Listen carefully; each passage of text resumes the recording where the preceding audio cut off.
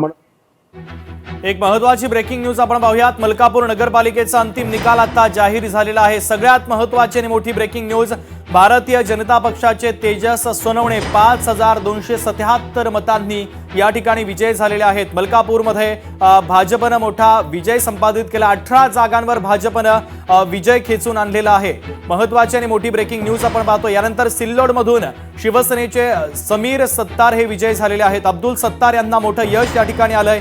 समीर सत्तार शिवसेनेचे आमदार अब्दुल सत्तारांचे चिरंजीव आहेत आणि अब्दुल सत्तारांचा मोठा विजय या ठिकाणी होत असल्याचं पाहायला मिळत आहे। अब्दुल सत्तारांचे चिरंजीव समीर सत्तार हे आता या ठिकाणी विजय झाल्याचं पाहायला मिळत आहे। महायुतीनं आता द्विशतक पार केलेलं आहे। आताची सगळ्यात महत्वाची आणि मोठी ब्रेकिंग न्यूज आपण पाहतोय। महाविकास आघाडीची अर्धशतक गाठताना दमछाक झालेली आहे।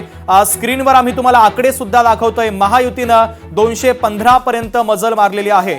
तर निवडणुकांची रणधुमाळी आणि 214 जागा महायुतीनं खेचून आणलेल्या आहेत। विजयाची घोडदौड सुरूच आहे। महाविकास आघाडीनं 51 जागांपर्यंत मजल मारलेली आहे आणि इतर सगळे पक्ष मिळून आहेत 23 जागा। महायुती हा मोठा पक्ष ठरत असल्याचं पाहायला मिळत आहे। तर महायुतीमधील घटक पक्ष असलेला प्रमुख भारतीय जनता पक्ष 123 जागांवर विजय खेचून आणलेला आहे। सोबतच शिंदेच्या शिवसेनेनं 60 जागांवर आतापर्यंत विजय खेचून आणलाय।